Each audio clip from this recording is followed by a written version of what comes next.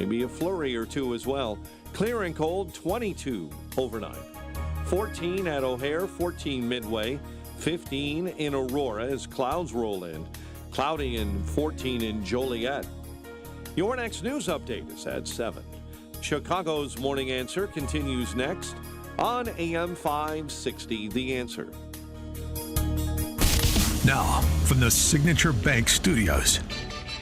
Only the biggest stories, only the biggest guests, and only the biggest opinions. This is AM 560, The Answer. Top of the morning, Dan and Amy. Remembering Kim Foxx's 8 years as Cook County State's Attorney. The Chicago Press Corps over the last 10 days, as she was wrapping up her time, did their duty to prop her up and present a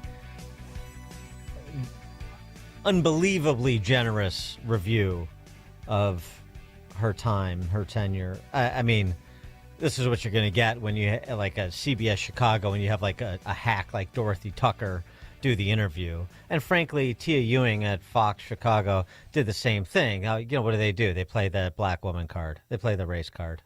So they do. Probably why she got the interview. Yeah. And that's what Kim Foxx did too, particularly with Dorothy Tucker. Kim Foxx was treated differently because she's a black chick. I absolutely think when you are elected as the first black woman that eyes are different. How do you know that Richard Daley was tougher on crime than I was? Well, was Mr. Devine tough on crime? Or did we just assume that? And if we just assume that, why? Because he was a man? Oh, my God. I mean, hello, wake up, Kim Foxx. No, we're not assuming anything, gosh. And but we are looking at the data, and we are looking at the structural changes to criminal law enforcement. And so when you do things like not prosecute retail thefts under $1,000, that's different. That's being less tough on crime. When you do things like eliminate cash bail, that's different, and that's being less tough on crime because you have people not on pretrial, not being detained pretrial that should be detained pretrial. And when you have all these alternative sentencing programs, these diversionary programs when it comes to punishment, and as CWB Chicago has documented, all of the preventable crimes of people out on electronic monitoring, awaiting trial for a felony who then attempted to kill or killed someone while on electronic monitoring, awaiting trial for another unrelated felony. That's the sort of thing that leads one to say Kim Foxx, maybe she wasn't the most tough on crime prosecutor we've ever had in Cook County. It's not that complicated, really, but you got to play the race card because that's the only way you cover 8 years of abject failure where we've seen an incredible spike in lawlessness. And it's not just shootings and murders, as we often point out. It's Class X felonies across the board. And even as imperfect as the data collection is, it's always been imperfect. And directionally, it's unmistakable. That's what we're talking about. You know what I mean, Kim? Yeah. I mean, with the guy that was shot in the head on our street and killed, they put that down as a car accident. Because after he was shot and killed, his car hit a parked car. So just be careful, folks, what they're trying to sell you. Oh, she's very proud of all that she's done, including eliminating, and first and foremost, eliminating cash bail. Cash bail is doing what I knew it would do. Oh, my God. I'm proud of it. I'm proud of the work. This office is a national model. But you wouldn't know it when we keep talking about Jussie. I've never understood the international spectacle that was the Jussie Smollett coverage. Yeah, she's very taken aback by the focus on Jussie to the exclusion of all her good deeds, and she made that clear at a speech last year at City Club. My obituary will mention Jussie Smollett makes me mad. Well, then you shouldn't have done what you did. Yeah. No, that's just the thing about it, is she wants to offer these false comparisons. Jussie Smollett, this was a low-level, nonviolent offense, and so on and so forth. And so it was. That's not the issue. The issue, nobody was saying Jussie Smollett deserves life in prison. No. They just Somebody was wanted our saying money back for the overtime that was. no. wasted. Actually, the money is not fundamental. What's fundamental is this: you didn't tell the truth about Jussie Smollett not telling the truth. You didn't tell the truth about the fraud that he perpetrated, and you and all your friends were jumping on the Jussie Smollett narrative and decrying the structural racism that exists among police generally, and so on and so forth, whipping up racial animus artificially, as you're wont to do, you identitarians. And then what you did, and we all know it, whether Dan Webb wants to give you a pass, and she did nothing criminally, there's no criminal wrongdoing or not, what you did is you played politics with it because of your mutual friends. And we never got a full accounting of your ex parte communications with Tina Chen, Michelle Obama's former chief of staff. And Tina Chen never gave a full accounting of Michelle Obama saying whatever she said or didn't say, I don't know, with respect to Jussie Smollett and making this go away, and talk to Kim Foxx about it. We can surmise a lot of things, but we were never leveled with.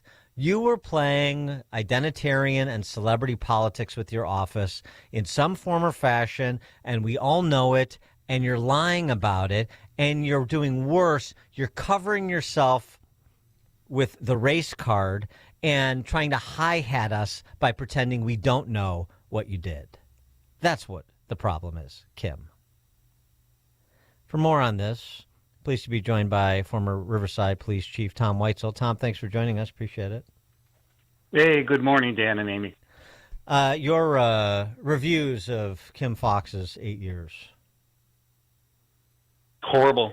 It's always been that way. She's literally the worst enemy of law enforcement, at least the police, in my 37 years in law enforcement. And she was proud of that.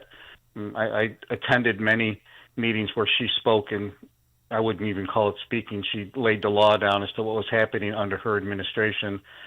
And I know you mentioned it earlier. It started with retail theft, but she told us, I sat at a meeting where she told us that her office would go after police officers who violated any law. And you were just talking about the Jussie Smollett case where it was a bunch of lies.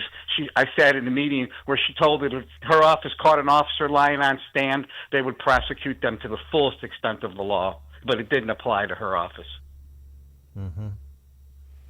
Yeah, I mean you're right. The open hostility, the antagonism. I mean, whatever the failures of the Daily and Devine and Anita Alvarez, and there were many. I mean, nobody's holding them up necessarily. I'm certainly not as like models of state level prosecutors, but the open hostility to police. I mean, that's what really radiates through the 8 years. 8 years, not just of Kim Foxx, but 8 years of mayors that coincided with Kim Foxx. 8 years of Tony Preckwinkle that coincide with Kim Foxx. That's what it seems to me. Yeah, you know, she ran her office with force, and she set policies up that affected how officers do their job. No doubt, her policies affected how officers patrol, how they arrest, what they do when they call felony review. Her felony review unit, which is something that police officers use every single day, is horrible. And it was because of the policies that she put in, because it wasn't that way before that. So, you know, it was just a bunch of smoke and mirrors and a bunch of wanting to make I sat at a meeting where she told us that she was going to reimagine policing in Cook County. That's the word she used. And I just asked her, why can't we just follow the statutes? And she alluded to the fact that the statutes were racially based. She didn't say that term, but she told me that because the chiefs could get up and stand and ask questions. I said, let's just follow the $300 law for felony. If you want to change it, Kim, go down to Springfield and pass a law. Don't change it by changing your policy. And she said that it was uneven justice was the word she used. Well, are we going to expect anything different with Eileen O'Neill Burke? You know, I don't know. I was not a supporter of hers. I supported Bob Ferretti, but she's in. The first thing she should do is go back to following the state statutes. That would go a long way. The first act she should do is change the retail theft policy back to 300, because that's the first thing Kim Foxx did in her tenure. I mean, that's the first shot, she did across the bow, as far as I'm concerned. But she has a long way to go to repair police relationships with the law enforcement, and it is important because their office has been acting as defense attorneys and not prosecutors. Yeah, it's interesting. There was a story out about her bringing in Anna Demokopoulos as her top assistant, and from what I understand, she was there for 20 years as a prosecutor, 15 years as Cook County judge. From what I understand, she's pretty no-nonsense, law and order, so she's tough. So apparently that's a good indication. I mean, I'm happy to point out good appointments if they're making them. I'm highly skeptical of Eileen, O'Neill, O'Malley, Burke, Madigan, Cullerton, whatever her name is, but highly skeptical. But if she's making good appointments. I also understand Guy Lizuzo is being brought back. I have a judge friend who knows him from murder and sex assault bond court, says he's very tough, law and order too. So, I mean, it's not just her, obviously, it's the people you bring around you and the culture that you instill in the office. And maybe those are indications that there will be at least an effort to shift the culture, which would be good. Yeah, I agree with that. I mean, any good executive, no matter what position they're in, it's the people they surround themselves is what's really important. And if this individual is a really tough on crime prosecutor, that's what's needed. But the police, the officers working the beat and the detectives, they just want a fair shot. They never got a fair shot from Kim Foxx's administration. They know they're not going to win every case. They know not going to get every case approved, but they just want to follow the state statutes and get a prosecutor that's on the team to prosecute. So if that mentality changes, that will be positive.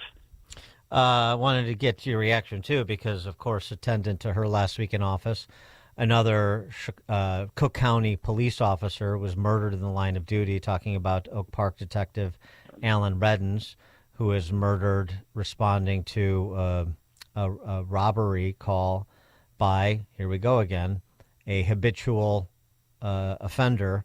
I've seen some of the reporting on his rap sheet, but we don't have all the details yet. I'd like to get more, including any time behind bars.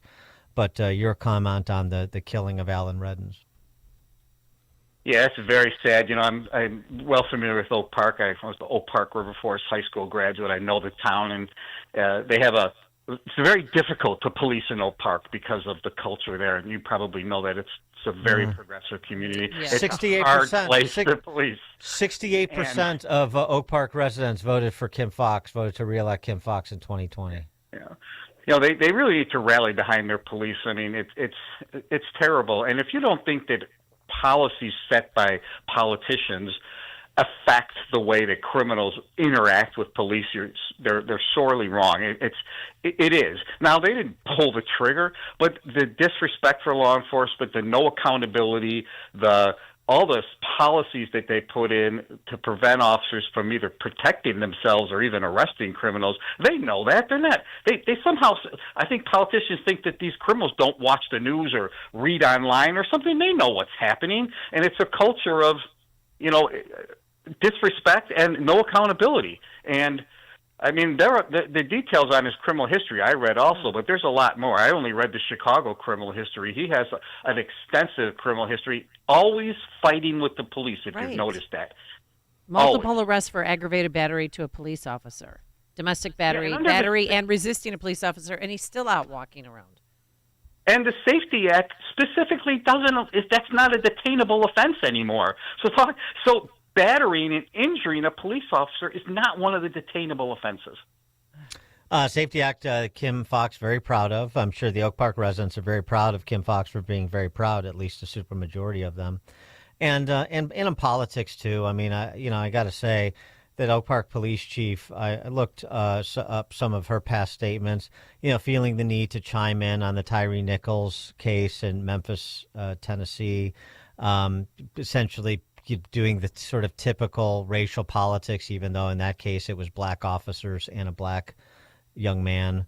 So, it's just that you make the point about politicians and their policy making impacting how police operate and what criminals see in terms of police operation. Well, that also includes this identitarian politics that is still a staple of Chicagoland. Yeah, for sure. And then just law enforcement, they don't want to get involved in this politics, but those policies and those statements, they shape what goes on. I once heard a police chief tell me that he didn't have any politics in his job, and I told him he was a fool. There isn't a single police chief, superintendent, whatever title you want to give them, that doesn't have their job intertwined in some type of politics. You're appointed by mayors, village presidents, city boards, village boards. Of course your position has some politics involved, but leave that out of the policing. Tom Weitzel, retired chief of police for the village of Riverside. Tom, thanks as always. Appreciate it. Thank you. Have a great morning.